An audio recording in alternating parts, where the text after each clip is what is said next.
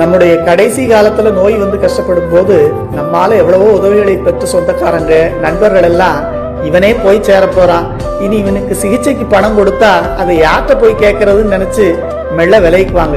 அவ்வளவு ஏன், நமக்கு நோய் வந்த போது முதல்ல வருத்தப்பட்டு அழுது புலம்பின நம்முடைய மனைவி மக்கள் கூட போக போக சலிப்பு வந்து அட போப்பா இவனுக்கு வேற வேலை இல்லைன்னு எரிச்சல் படுவாங்க.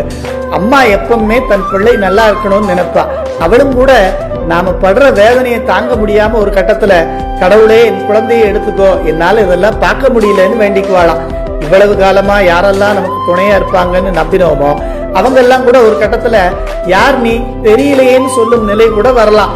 அப்போ நம்ம அப்பா அம்மா மனைவி குழந்தைகள் சொந்தக்காரங்க எல்லாரும் கைவிட்ட பிறகு நமக்கு வந்த நோயும் நாம படுத்திருக்கிற பாயும் தான் நமக்கு துணைன்னு நினைச்சு ரொம்ப வருத்தப்படுவோம். இதை தாயாரும் சுற்றமும் பெண்டிரும் கைவிட்டு தாய்ந்தொழுநாள் நீயாரும் நானாரென பகர்வார் அந்த நேரத்தில் நோயாரும் வந்து குடிகொள்வரே கொண்ட நோயும் ஒரு பாயாரும் நீயும் அல்லார் பின்னை ஏது நட்பாம் உடலேன்னு திரு ஏகம்ப மாலையில பட்டினத்தார் நமக்காக அருளி செய்கிறார். அந்த நேரத்துல இவங்களெல்லாம் உறவுன்னு நம்பி ஏமாந்து போனமேன்னு மனசு வருத்தப்பட்டு என்ன பிரயோஜனம்? இந்த உடம்பை நமக்கு படைச்சு கொடுத்து இதுவரை நாம எடுத்த பிறவிகள் எல்லாத்திலையும் இனி வரப்போற காலத்திலையும் நமக்கு துணையாக இருக்கும் சாமியை நினைச்சு இடைவிடாத ஐந்தெழுத்தை சொல்றதுதான் நாம நல்ல கதி அடையும் ஒரே வழி. அவரை விட்டா நமக்கு வேற யாருங்க துணை?